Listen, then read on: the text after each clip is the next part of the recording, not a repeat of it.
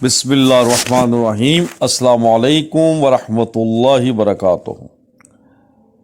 آج انشاءاللہ آپ کی خدمت میں ایک یونیک نوعیت کی ویڈیو شیئر کر رہے ہیں۔ امید ہے کہ آپ کو یہ پسند آئے گی۔ میں ایک بات اس کے اظہار سے پہلے واضح کر دوں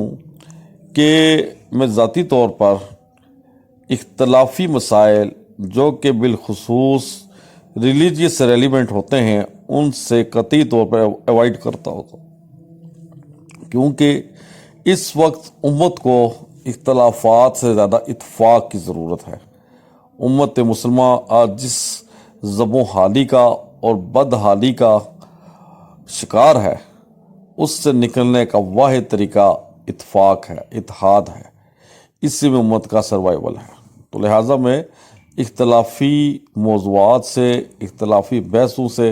حتی الامکان اجتناب کرنے کا، اوائڈ کرنے کا علم بردار ہوں۔ لیکن اس وقت میں جس شخصیت کو آپ کے سامنے ہائی لائٹ کرنے لگا ہوں اپنے نقطہ نظر سے،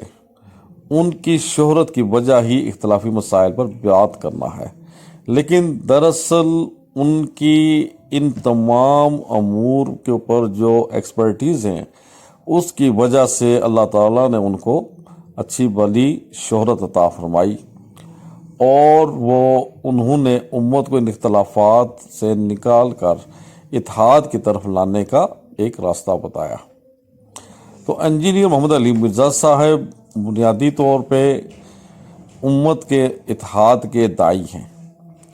اور وہ اختلافات کو ان کی اصل بنیادوں کے حساب سے انہوں نے ان کو ایڈریس کرنے کی کوشش کرتے رہے ہیں۔ آج ہم صرف ان کی گفتگو کا وہ نقطہ پیش کریں گے جس پر آج کل بہت زیادہ تنقید ہو رہی ہے، اور بہت سارے جید اور قابل احترام علماء کرام ان کے متعلق یہ کہنے پر اصرار کر رہے ہیں کہ وہ گستاخ صحابہ ہیں، دشمن صحابہ ہیں۔ اب کیا واقعتاً انجینئر محمد علی مرزا صاحب گستاخ صحابہ ہیں یا وہ دشمن صحابہ ہیں؟ تو اس کے اوپر ہم جو رائے پیش کرتے ہیں، امید ہے کہ آپ کو یہ بات سننے کے بعد منصفانہ رائے قائم کرنے میں ضرور مدد ملے گی۔ میں ذاتی طور پہ انجینئر محمد علی مرزا صاحب سے بھی کچھ معاملات پہ اختلافات رکھتا ہوں، لیکن وہ اختلافات ہونے کے باوجود بھی میں اپنے اس تجربے کی بنیاد پر جو کہ مجھے ان کے ساتھ کمپنی کرنے کا ملا ہے، تقریباً کئی سالوں پر مشتمل ہے، اور مجھے ان کے براہ راست لیکچر اٹینڈ کرنے کا، ان کے ساتھ ڈائریکٹ کمپنی کرنے کا بہت دفعہ موقع ملا ہے، اور ان تجربات، مشاہدات، ان کی نجی مجلسوں میں بیٹھ کر ان سے گفتگو کرنے کے بعد میں اس بات پر 100% کانفیڈنٹ ہوں کہ انجینئر محمد علی مرزا صاحب کسی طور پر بھی دلی لحاظ سے، ظاہری لحاظ سے صحابہ کرام رضوان اللہ اجمعین کے ساتھ نہ تو عناد رکھتے ہیں، نہ ہی رقابت رکھتے ہیں، نہ ہی ان کے نعوذ باللہ دشمن ہیں، اور نہ ہی ان کے گستاخ ہیں۔ میں اگلی بات کہنے سے پہلے اس بات کا بھی اظہار کرتا ہوں کہ کوئی بھی انسان انکلوڈنگ انجینئر محمد علی مرزا صاحب کے وہ غلطیوں سے ماورا نہیں ہے۔ خطائیں سب سے ہو سکتی ہیں، علی بھائی سے بھی خطا ہو سکتی ہے، اور کئی انہوں نے اپنی غلطیوں کا اعتراف بھی کیا، رجوع بھی کیا، اور اب تک ان کے 5 رجوع جو ہیں آن ریکارڈ ہیں۔ تو وہ اپنی غلطیوں کو ماننے سے انکار نہیں کرتے۔ تو بہرحال میں نے اب تک جو ان کے لیکچر سنے، ان کے ساتھ جتنی کمپنیز کی، اس کے بعد میں یہ نقطہ نظر قائم کرنا حد سے زیادہ بے انصافی تصور کرتا ہوں۔ خدا کے آگے اپنے آپ کو مجرم تصور کروں گا کرتا ہوں کہ میں اگر یہ رائے قائم کر لوں کہ وہ صحابہ کرام کے گستاخ ہیں،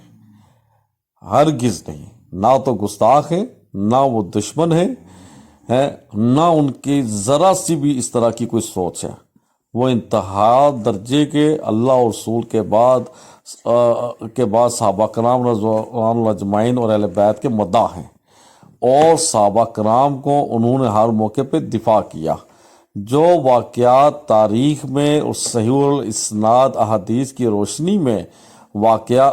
درج ہوئے ہیں، وہ ان واقعات کو کتابوں سے نکال کر پبلک میں لے کر آنے کا انہوں نے،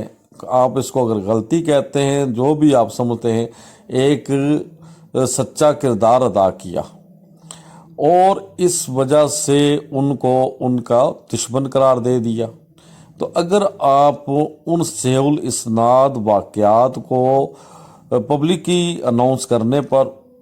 گستاخ قرار دیتے ہیں، تو پھر آپ مجھے یہ بتائیے کہ جن محدثین نے جو علم اور رتبے کے لحاظ سے نہایت ہی جلیل القدر ہیں، انہوں نے آخر ایسا کام کیوں کیا؟ انہوں نے ان واقعات کو کیوں نہیں چھپایا؟ تو اگر انہوں نے یہ واقعات نہ چھپا کر کسی طور پر بھی آج کے علماء کرام کے نزدیک کوئی ہتک نہیں کی، کوئی گستاخی نہیں کی، بلکہ وہ ہر لحاظ سے قابل قدر ہیں، تو پھر علی بھائی قابل قدر کیوں نہیں؟ وہ کیسے پھر نعوذ باللہ ملعون قرار دیا جائیں یا گستاخ صحابہ قرار دیا جائیں؟ اس بات کی کوئی بھی وجہ سمجھ میں آنے سے قاصر ہے، اور اس منطق کو سمجھنے سے ہم بالکل اپنے ذہن کو بے بس پاتے ہیں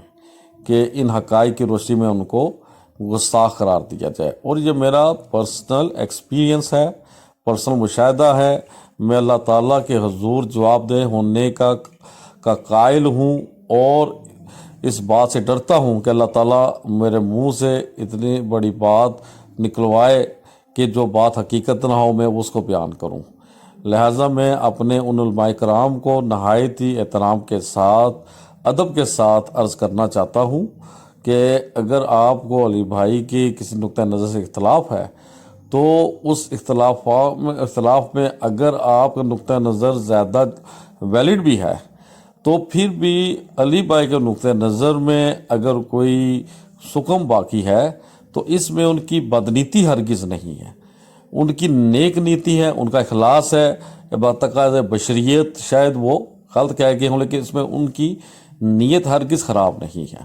تو لہٰذا خدا را اس بات کا احساس کیجئے، علی بھائی صحابہ کرام سے بہت زیادہ محبت کرتے ہیں، اور جو کوئی اللہ اور رسول اور اس کے بعد صحابہ کرام سے محبت کرنے والا ہو دل کے ساتھ، تو اس کے اس سچے جذبے کی قدر کرنی چاہیے، اس کے اوپر بہتان نہیں لگانا چاہیے کہ وہ نعوذ باللہ صحابہ کا گستاخ ہے۔ تو میں امید کرتا ہوں کہ علماء کرام اس بات کو سمجھ رہے ہوں گے، اور ساتھ ساتھ میں یہ بھی امید کرتا ہوں کہ علماء کرام جو کہ لوگوں کو دین سکھاتے ہیں، وہ اس بات کا عام لوگوں سے زیادہ احساس کرتے ہیں کہ انہوں نے اپنے تمام تر تحریروں کا، تقریروں کا، وعظوں کا، اعمال کا اللہ تعالیٰ کے آگے جواب دینا ہے۔ تو وہ جب ان سے یہ اگر سوال کیا جائے کہ ایک شخص کسی طور پر بھی اس نقطہ نظر کا قائل نہیں تھا، تو پھر تم نے کیوں ان کے اوپر یہ الزام لگایا، تو اس کا وہ کیا جواب دیں گے؟ لہٰذا ان کے ساتھ میری خیر خواہی کا یہ تقاضا بنتا ہے کہ میں ان کی خدمت میں بہت ادب اور احترام سے عرض کروں کہ آپ اپنے نقطہ نظر پر نظر ثانی کریں، ریویو کریں، اور اس بات سے اجتناب کریں کہ ایک شخص جو کہ صحابہ کا بہت بڑا مداح ہے، محب ہے، اس کے اوپر ایسا الزام لگائے۔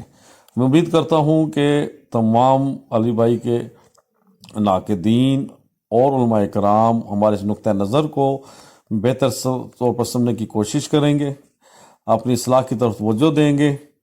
اور اگر وہ اس حوالے سے کسی قسم کا کنفیوژن یا کیوری محسوس کرتے ہیں تو بے شک ہمارے ساتھ رابطہ کریں۔ تو اب ان الفاظ کے ساتھ آپ کو اجازت چاہتے ہیں کہ اللہ تعالیٰ دنیا کے تمام مسلمانوں کو راہ ہدایت عطا فرمائے، ایک دوسرے کی خیر خواہی کی توفیق عطا فرمائے، اللہ اور اس کے رسول، صحابہ اور اہل بیت کا مداح بننے کی ہمیشہ کے لیے ہمیں یہ سعادت نصیب دیے رکھے، آمین۔ تو اگر آپ کو ہماری یہ ویڈیو پسند آئی ہو تو اسے آپ لائک کیجئے، ہمارے چینل کو سبسکرائب کیجئے اور اس کو اپنے دوستوں کے ساتھ شیئر بھی کیجئے۔ ہمیں اپنی دعاؤں میں یاد رکھیے گا۔ اللہ حافظ ناصر۔